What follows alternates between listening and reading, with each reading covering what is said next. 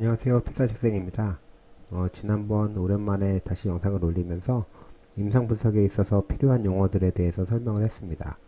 혹시 아직 안 보신 분 계시면 먼저 올린 영상을 꼭 보시고 봐주시는 게 이해하는 데 도움이 될 거라 생각이 됩니다.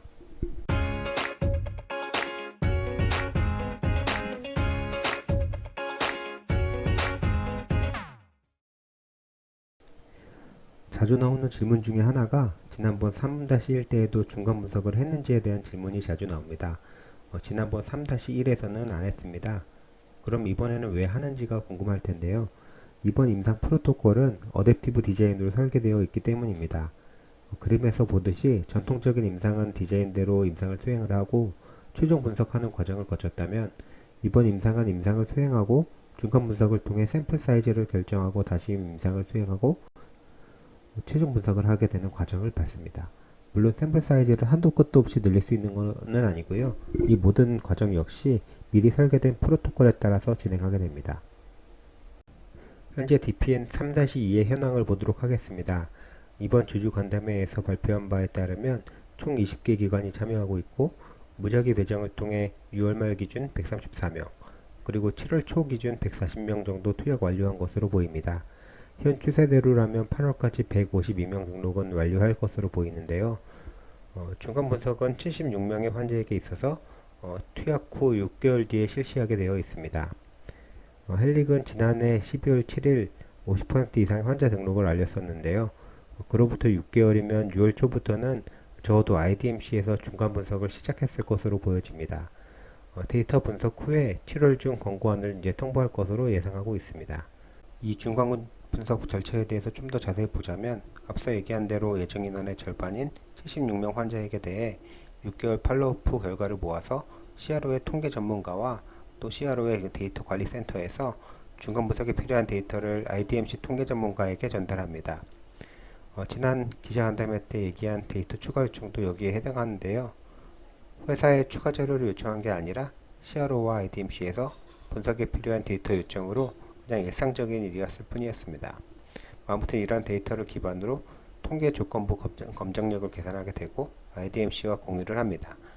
IDMC는 한 명의 통계 전문가와 두 명의 의료 전문가로 구성되고 있고요. 만장일치에 따라서 결정을 하게 되고 헬릭 스미스에게 이메일로 결과를 통보하게 됩니다.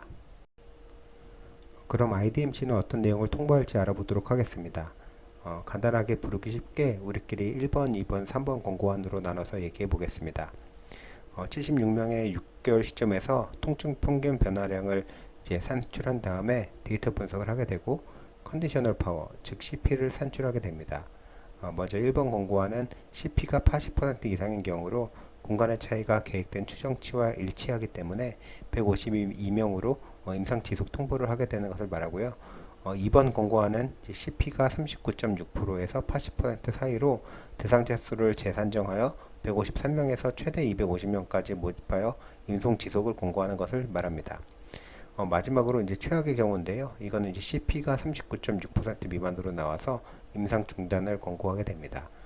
더 간단히 얘기하자면 1, 2번이면 임상 지속으로 중간 결과 성공, 그리고 3번이면 실패입니다.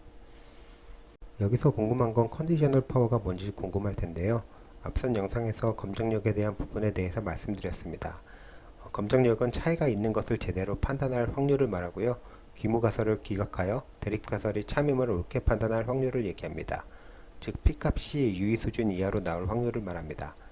보통 임상에서는 검정력을 80%에서 90% 설정한다고 말씀드렸었는데요. 중간 분석은 아직 최종 데이터 분석이 아닌 76명의 데이터로 분석하기 때문에 통계 조건부 검증력이라고 얘기합니다. 다시 말해 P값이 유의수준 이하로 나올 확률이 80% 이상일 경우에는 1번 권고안, 39.6%에서 80% 미만일 경우엔 2번 권고안, 그리고 39.6% 이하일 경우엔 3번 권고안이 된다는 얘기입니다. 그럼 몇 가지 자주 나오는 질문들을 뽑아서 Q&A 형식으로 만들어 봤습니다. 첫 번째 질문으로 2번 권고안이 나오면 약효가 1번 권고안보다 낮은 걸까요? 라는 질문인데요. 아마도 가장 많이 하는 착각이라고 생각이 됩니다. 답은 저는 전혀 아니라고 생각을 합니다. 1번이든 2번이든 약효와는 무관하다고 보는데요. 그 이유는 통계적으로 유의미한 차이를 보이려면 플라시보와 델타 값이 중요합니다. 그런 약효가 좋아서 엔젠치스에게 통증 점수를 많이 낮출 수가 있는데요. 위약에서도 통증 감소가 많았다면 통계적으로 그건 유의미하지 않겠죠. 그 얘기는 1번이든 2번이든 약효의 차이가 아니라 위약과 유의한 차이를 보여서 P값이 나올 수 있는 데 필요한 샘플 사이즈의 차이 정도로 보면 될 것 같습니다. 두 번째 질문도 연장선상인데요. 임상 성공률 역시 1번과 2번이 같다고 봅니다. 이제 적응 설계를 짠 이유가 중간 분석을 통해서 샘플 사이즈를 재조정하기 위함이었고요. 최종적으로 샘플 사이즈를 늘려서 1번과 거의 동일한 성공률을 만든다고 보면 될 것 같습니다. 세 번째 질문, 즉 2번 권고안이 나올 경우 그건 임상 수정인가요? 라는 질문인데요. 이거는 이제 표현이 잘못된 표현인 것 같습니다. 1번과 2번 모두 회사가 사전에 설계한 프로토콜이 계획대로 진행되고 있다는 뜻을 이제 뜻합니다. 단지 이제 샘플 사이즈만 차이가 나는 거라고 보면 될 것 같습니다. 이건 네이버 정토방에 어느 분이 쓰신 글 중에 잘못된 내용이 전파될까 싶어서 한번 넣어봤는데요. 이번 임상은 500명 정도의 권고안은 안 나옵니다. 최대 250명까지 모집할 수가 있고요. 그 이상 인원이 필요하면 임상 중단 그 권고가 내려집니다. 그리고 CP가 39.6% 이상이면 250명까지 모집했을 때 80% 이상의 검정력을 보일 수 있다는 뜻입니다. CP가 60이 나왔다고 약효가 없다고 얘기하는 거는 앞장에서 설명한 대로 1번이든 2번이든 약효가 무관하다고 이제 설명했던 것이 충분히 답변이 될 거라고 이제 생각이 됩니다. 맨검 상태에서 데이터가 클린하다는 뜻은 환자들의 데이터 변동성이 적다는 뜻인데요. 지난 3-1에서는 몇 명 환자들이 막 이리저리 튀는 데이터를 보였죠. 그런 게 적다라고 보면 될 것 같습니다.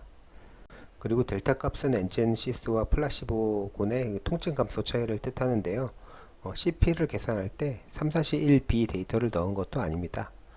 이번 76명의 환자를 데이터를 기반으로 만든 것입니다. 1번과 2번 권고안에 있어서 올바른 해석이 매우 중요하다고 생각을 합니다. 2번이 나왔다고 부정적인 것인 양 몰고 가는 사람들이 충분히 나올 수 있을 거라 보는데요. 이런 얘기하는 사람 있으면 앞으로는 그냥 가볍게 무시하면 될 것 같습니다. 물론 1번 권고안이 주주들에게 있어서 가장 최선인 것은 분명합니다. 그 이유는 1번이 2번보다 약효가 있어서가 아니고요. 152명으로 종료하게 되면 비용적으로나 시간적으로나 이득이 되기 때문입니다. 2번 권고안이 나와도 최대 250명까지 모집할 수 있다는 것이지 꼭 250명을 모집해야만 하는 것은 아니기 때문에 그런 CP에 따라 더 샘플 사이즈를 늘린다고 해도 1번 권고안과 시간 차이가 크게 안 날 수도 있습니다. 어쨌든 1번과 2번은 약효가 무관하다고 말하고 싶고요. 단지 통계적인 숫자 차이일 뿐이라고 얘기하고 싶습니다. 152명에서 나오나 250명에서 나오나 P값이 0.05 이하이면 똑같은 임상 성공인 것이죠. 약효 차이를 보는 것은 델타 값이지 샘플 사이즈가 아니라는 점을 얘기하고 싶습니다. 오늘 준비한 내용은 여기까지입니다. 중간 분석에 대해서 올바르게 해석하고 있어야 주변에서 흔들려는 세력에 빌미를 주지 않을 수 있다고 생각을 합니다. 저는 1번이든 2번이든 다 좋다고 생각하는데요. 3번만 안 나오길 바라고 있습니다. 임상은 정말 알 수 없는 것이기 때문에 모든 경우의 수를 열어두고 있긴 한데요. 그럼에도 두근두근 거리긴 합니다. 중간 발표도 임박한 것 같은데 부디 좋은 결과 나오길 바라봅니다. 감사합니다.